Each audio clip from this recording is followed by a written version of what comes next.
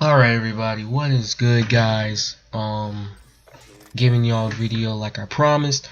I announced on Twitter that I was gonna release a video today, and I really didn't know what this video was gonna be about originally, but after some thinking, I said, what have I never talked about? And I said, oh yeah, I never talked about this yet, so I'm finally gonna talk about it. I should have done this video earlier, but whatever. But today I want to talk about Call of Duty, the franchise. This franchise needs no introduction whatsoever.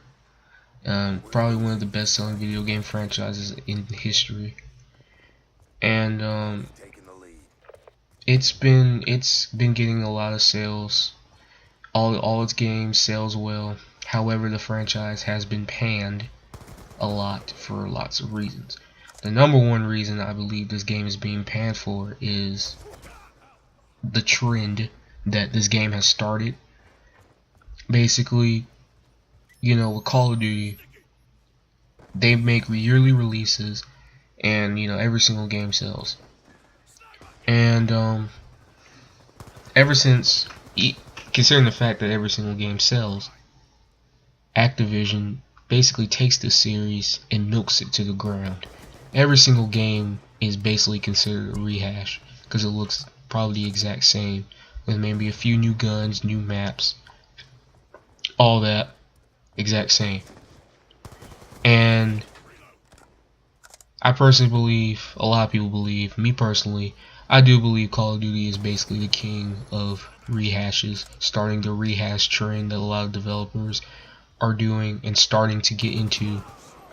Well, of course, with Ubisoft, with the whole Assassin's Creed thing, they're making yearly releases of Assassin's Creed, which could hurt the quality of the game. And Gearbox is starting to rehash Borderlands, because Borderlands 2 did so well. It's the best-selling game in 2K's history. So now they're starting to rehash that with Tales from the Borderlands, a game that they're doing with Telltale Games, the same people who made Walking Dead, and they're releasing a prequel for Borderlands 2, which they announced over the weekend. So, Call of Duty has started this trend, basically. A lot of gamers are starting to make games, trying to appeal to that same crowd like that Call of Duty appeals to. Because obviously Call of Duty, they can make the same game over and over again and it's gonna sell, because the fans, they don't care. I mean, it's the same mechanics, same basically gameplay. The only thing is that new guns, new maps, all of that.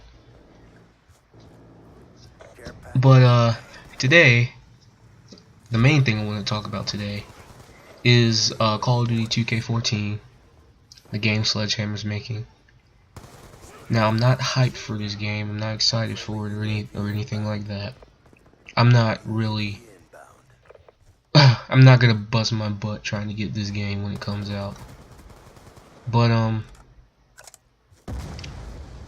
I personally believe that here's how this game is going to be good. One, maybe if another first-person shooter actually competes with it, and actually, kind of takes the wind out of Activision, maybe this will push them to make better games, better Call of Duty. Because Halo's not gonna do it, Titanfall's not gonna do it, Killzone's definitely not gonna do it. None, really, Battlefield was the only game that could really compete against it, and it failed because EA rushed the game and now it's broken. And so yeah. Competition, definitely. Competition makes better products. And the second thing, the fans. I know Call of Duty has like a very young fan base with like 11, 12, 10-year-olds. But